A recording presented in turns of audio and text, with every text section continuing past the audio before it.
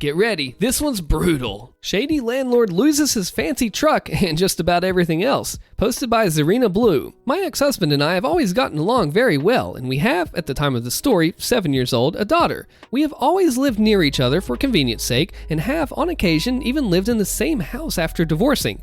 So I was thrilled when the people across the street from him sold their place, and apparently it was going to be for rent. I had known the folks across the street, nice people, and had even been in the house a time or two, so when I showed up with my other half to look the place over, I kinda knew what we'd be getting.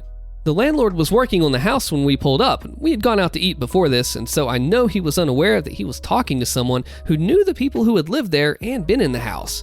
His big old dually was in the drive with his company name stenciled on it. He meets us in the garage and immediately starts lying. He told me this was his family home and he was fixing it up, but there were a lot of memories there and his kids had grown up in that house.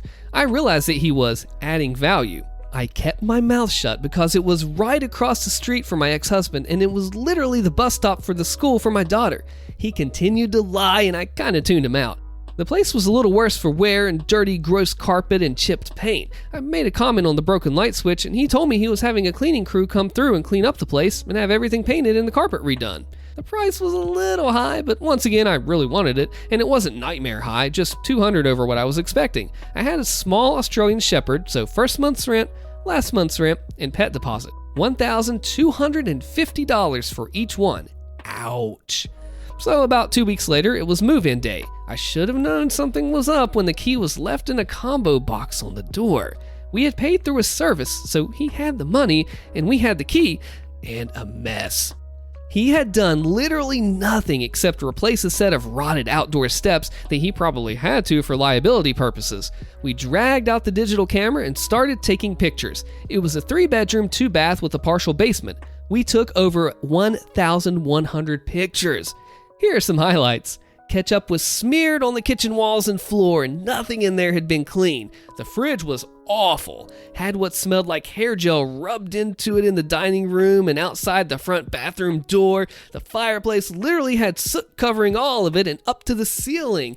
The reason for all these non-working lights became apparent at the point. He kept it dim for showings. There was a garage full of trash, a partial basement which we hadn't seen because that was where he had a big saw set up and it wasn't really a selling point for us. Mold. All the mold. So I called him up and basically said, "What the heck?" And he replied that money and keys had already exchanged hands and if I had a problem, I needed to put in a maintenance request.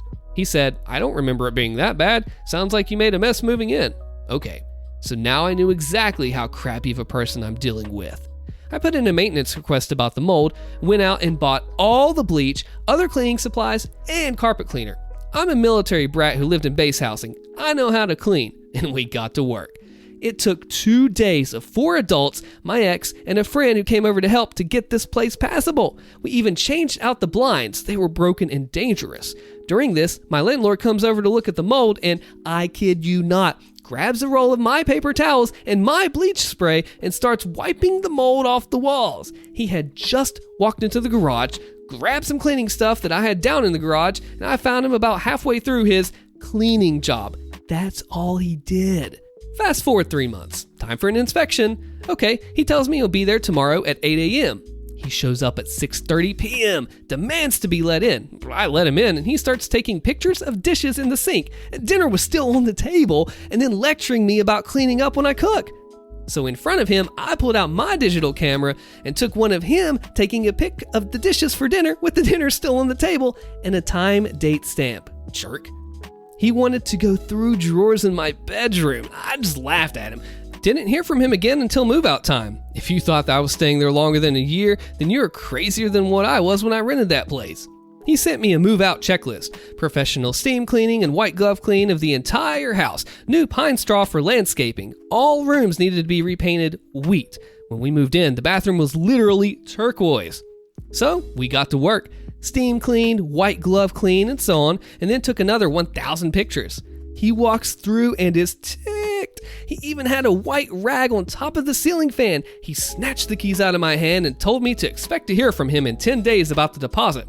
That doesn't sound good. 2 weeks later, I get a bill for $3,750 for more professional steam cleaning, HVAC cleanout, and apparently we didn't use the right brand of wheat. Oh yes, we did. 2 things I haven't disclosed. I have a bad habit of recording bad people or just to cover my butt, and my mom is a landlord in the next state. She's the good kind who was never able to make money at it. If people told her they couldn't afford to pay her because they needed the money to feed their children, well, my mom usually gave them money. So glad she got out. But my mom was very familiar with the laws and had looked a few things up about my landlord. So I grabbed my little recorder and called him. He owns a real estate business. His side is rental stuff, and his wife's and grown daughters bought and sold houses. His oldest daughter picks up and transfers me to him. It gets ugly fast, and he tells me that I must have let my Australian Shepherd pee in the vent grates. What the heck? And that the way I take care of my daughter would be very interesting to CPS. He can help me work out a payment plan, but pretty soon we will be getting into collections territory. At one point, he actually says that, quote, all tenants are liars, end quote. Nice, about 20 minutes of being threatened. I call my mom back. To be honest, I'm pretty dang shook up. CPS for what? So my mom tells me to pretend like I'm playing along and ask for an itemized receipt. Tell him your mom is going to cover it and tell him your mom needs it before turning over the money. I had one 10 minutes after I asked, on my end. The professional steam cleaner was a friend of mine who had a business and gave me a discount. HVAC was a scam. The company he listed belonging to his brother-in-law was defunct and out of another state. Since I had before, after, and his new listing pictures, I knew he hadn't hired anyone to do HVAC cleaning. The vents were painted to the wall in all the pics. We saved our paint receipts and I actually had pics of us painting. You can see the right brand and color, clear as day. I called his business and told his daughter that I would be taking them to court. She obviously was unaware of what crap her father was because when I told her, no one threatens my little girl, she didn't know what I was talking about. So I put her on speakerphone and played a recording of her dad threatening to have CPS come visit if I didn't pay up, and she made it most of the way through before asking me to turn it off. And then she put me on hold to get her mom, his wife. She tried to reason with me, and I backed up the tape to the part to where he talks about what happens to kids in the foster system and played it. She told me they would get back to me, and they actually did. The mom and eldest called me on speakerphone and apologized. They told me how the business was divided and how they normally don't deal with rental stuff. I told them it was fine, but I was still taking him to court. Time for court. We ended up in arbitration. I showed up with 2 laptops for before and after, proof of his fake HVAC crap, a stack of literal receipts, him committing a crime by threatening to falsely call CPS, and a pretty good working knowledge of renter law in that state. At one point, the arbitrator asked me if I was a paralegal. He had a picture of dirty dishes and stories about how I lived like a pig. I pulled up the pic of the same sink of dishes with dinner in the foreground, time and date stamped. The arbitrator actually asked, did you expect her to do the dishes before she ate dinner? Even the woman taking notes for the arbitrator was grossed out when I showed them the ketchup and the basement mold pics. Did you know that you can get 3 times what you ask for in a rental dispute, depending on your state? Yeah, you can. I did. The arbitrator used the word appalling when describing the landlord's behavior. When I went out in the hallway afterwards, there was a young couple there asking the clerk if the landlord was available yet. Apparently, they were waiting for their turn at arbitration. I asked them if their case was HVAC related, and sure enough, it was. I pulled out all the paperwork I had about it and handed it to them with my number. I actually got several calls from his other tenants. He had been running that scam for a while, and these kids I had handed the paper to had looked up every house on the landlord's website and went door to door warning them. Smart, I hadn't thought of that. Meanwhile, my mother was filing a complaint with everyone she could think of because he had his business listed as a suite, which turned out to be a P.O. box. Huge no-no. Your business must be a location that can be served by the courts. A year later, I saw a truck with his logo drive past, but it wasn't the dually, it was an older F-150, so I looked him up in the county clerk's records.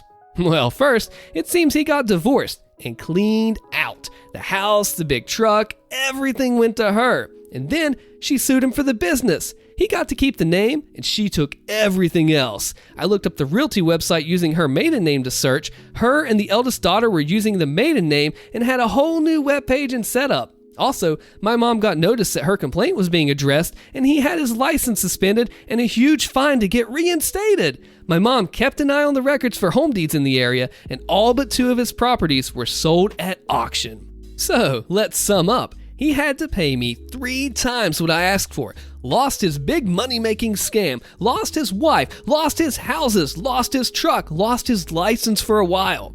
No regrets. Wow, this one really puts the pro in ProRevenge.